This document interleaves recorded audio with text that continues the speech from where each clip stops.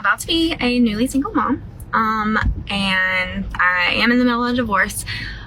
My husband is being incredible though, like really and truly, like we're working together, everything's great, we're splitting everything down the middle, like, you know, everything is good. It is a very civil divorce with our daughter in mind, and I really appreciate that. Incredible. That was a specific word 30-year-old Jennifer Sheffield used to describe her husband Brandon to over 6,000 followers on TikTok. She was smiling, looking into the camera from the front seat of her car, and telling the world that despite a pending divorce, everything was civil. She was grateful, she was hopeful, and she was entirely unaware that the clock was already ticking. Fast forward exactly 18 days to the morning of Saturday, the 28th of December 2024.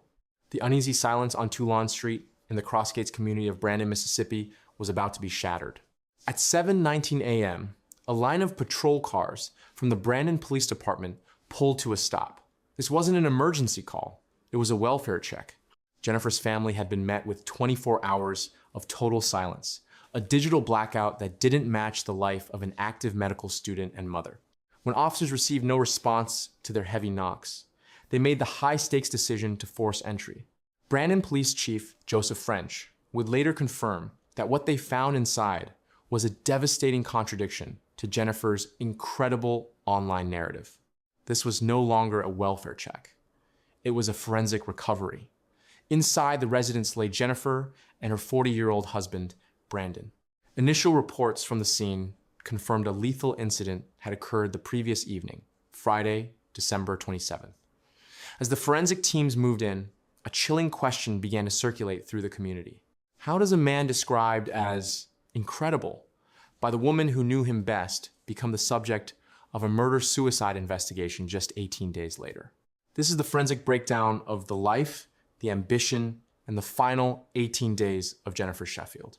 To understand the depth of the loss, one must examine the identity Jennifer Sheffield built long before her name became associated with a forensic file. She was 30 years old, but her life was defined by a series of high-level achievements that suggested a future of immense professional influence.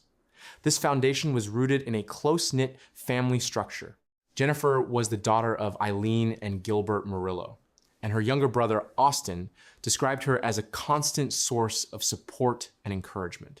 Jennifer's public trajectory was characterized by an uncommon level of discipline. During her undergraduate years at the University of Southern Mississippi, she earned a role that required total precision, drum major.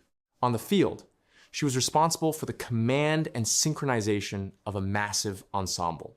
It was a position that demanded leadership under intense public scrutiny, and it served as a testament to her ability to maintain control in high-pressure environments.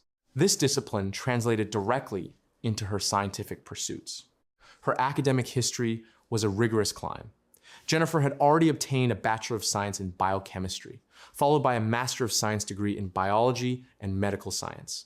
By late 2024, she was fully immersed in another demanding chapter, enrolled in the Master of Medical Sciences program at Mississippi College in Clinton. She was also a respected member of the healthcare community at the University of Mississippi Medical Center, known as UMMC. Dr. Stan Baldwin, the Dean of the School of Science and Mathematics, and her academic advisor, observed a student who was not merely attending classes, but one who was exceptionally committed to her goals, Dr. Baldwin and others within the medical program viewed her as a future physician with immense promise. Her professional ties were deep, and those who worked alongside her noted her passion for helping others. Her life was meticulously organized around her ambitions and her faith, which those close to her described as the guiding force in her daily decisions. She was a woman who understood the complexities of science and the necessity of leadership. In the weeks before the events on Toulon Street, Jennifer was balancing the heavy requirements of a medical program with her responsibilities at home.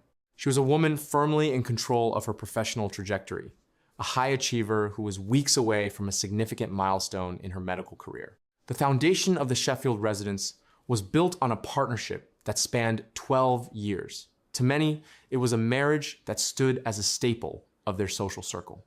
Brandon Sheffield was a recognizable figure in the local automotive community, having spent years rebuilding custom cars and navigating the logistics of the industry. His professional life was defined by mechanical precision and steady work. Faye Lott, a close friend who had been present since the couple first met, struggled to reconcile the final outcome with the man she had known for over a decade. She later stated that Brandon had never exhibited a violent history or any outward signs of aggression during their friendship. To their inner circle, the relationship appeared to be a standard long-term marriage.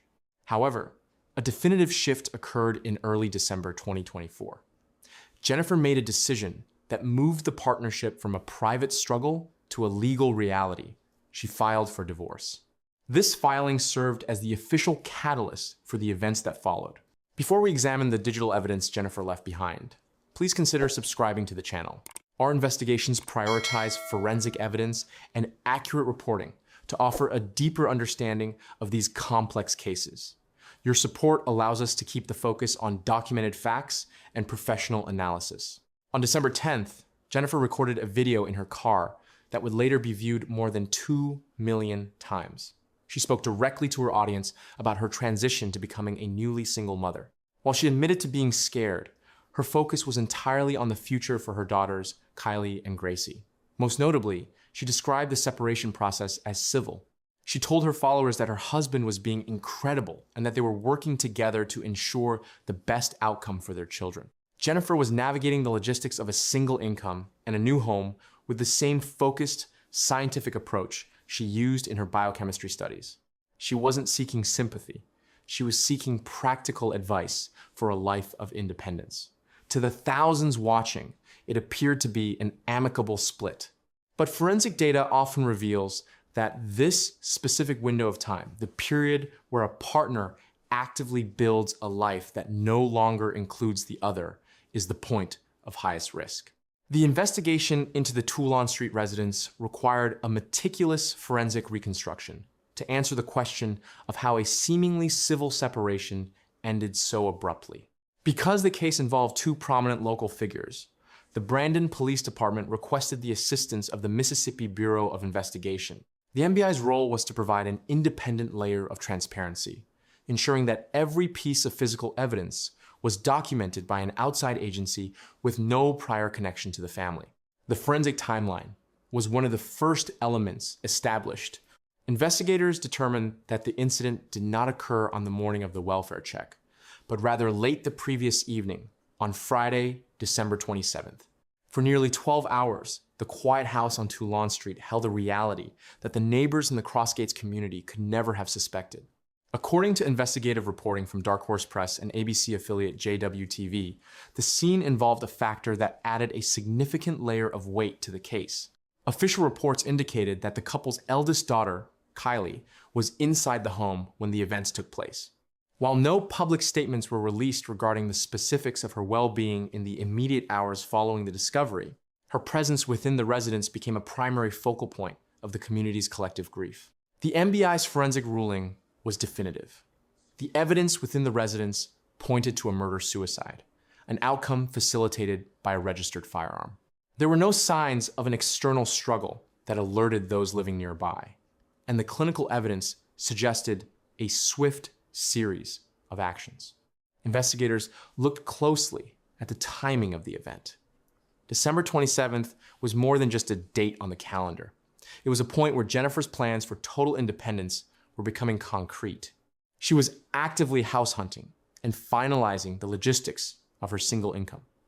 From a forensic perspective, the timing suggests a high degree of premeditation. In high-conflict domestic cases, the perpetrator often monitors the partner's progress toward autonomy. As Jennifer became more successful in building a life that did not include Brandon, the risk factors reached their peak. The incident occurred not when the marriage was at its lowest point, but when Jennifer was at her most capable and independent.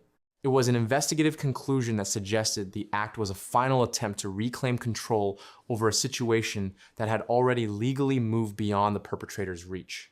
The Sheffield case serves as a clinical case study in a phenomenon forensic psychologists call the separation paradox. While public intuition suggests that the most dangerous phase of a relationship is the period of active conflict, data from the National Domestic Violence Hotline indicates a much darker reality. The The most lethal window for an individual is the period immediately following the decision to separate. Research consistently shows that a vast majority of domestic homicides occur when the partner is in the physical or legal process of leaving the residence. This risk is often masked by what experts define as coercive control. This theory explains why a perpetrator like Brandon Sheffield could exist for over a decade without a documented history of aggression or a single police record. In these dynamics, physical force is not always the primary tool of influence. Instead, control is maintained through financial, emotional, or social limitations. When that influence is severed by a legal divorce filing, the perpetrator may view a final act as the only remaining way to reclaim the authority they are losing. This psychological tension provides a new lens through which to view Jennifer's final public video. Experts often refer to her presentation as the civility mask. In high-stakes domestic environments, a partner may publicly praise the other as a strategic stabilizing mechanism. By calling Brandon incredible and insisting the divorce was civil, Jennifer was likely attempting to manage the household atmosphere and ensure a peaceful transition for her daughters. She was treating the separation with the same strategic focus she applied to her medical studies, utilizing her platform to set a public standard for the split.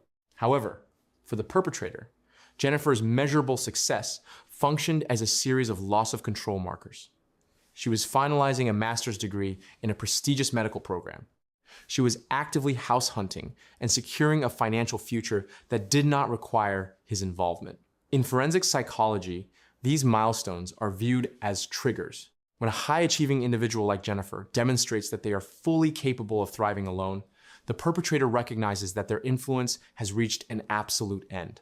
The incident on Toulon Street was the forensic conclusion of a control dynamic that was no longer sustainable.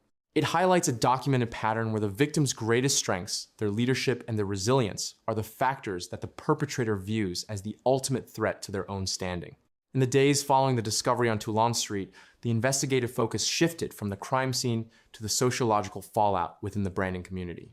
Brian Sheffield, Brandon's older brother, initiated a GoFundMe campaign with a $15,000 goal intended to support Kylie and Gracie Sheffield. While the community's desire to provide for the children was clear, a campaign update posted on January 1st sparked immediate and widespread debate. The update described Brandon as a devoted father who viewed his daughters as his world.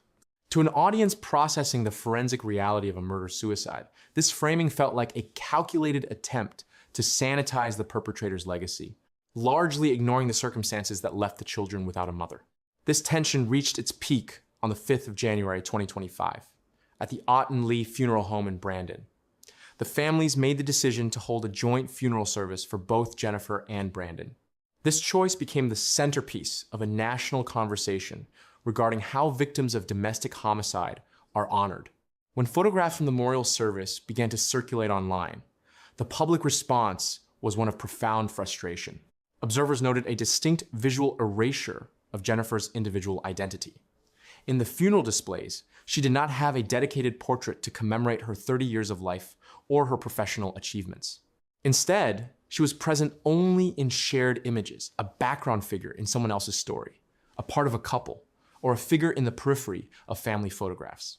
The decision to bury a woman alongside the man who ended her life was viewed by many as a final marginalization of her autonomy. It highlighted a recurring feature in the aftermath of such tragedies: the cultural difficulty of centering a victim when the perpetrator is also being mourned in the same room. Jennifer Sheffield was not a background figure. She was a brilliant scientist and a leader who earned her own narrative. Her legacy lies in the future she was building.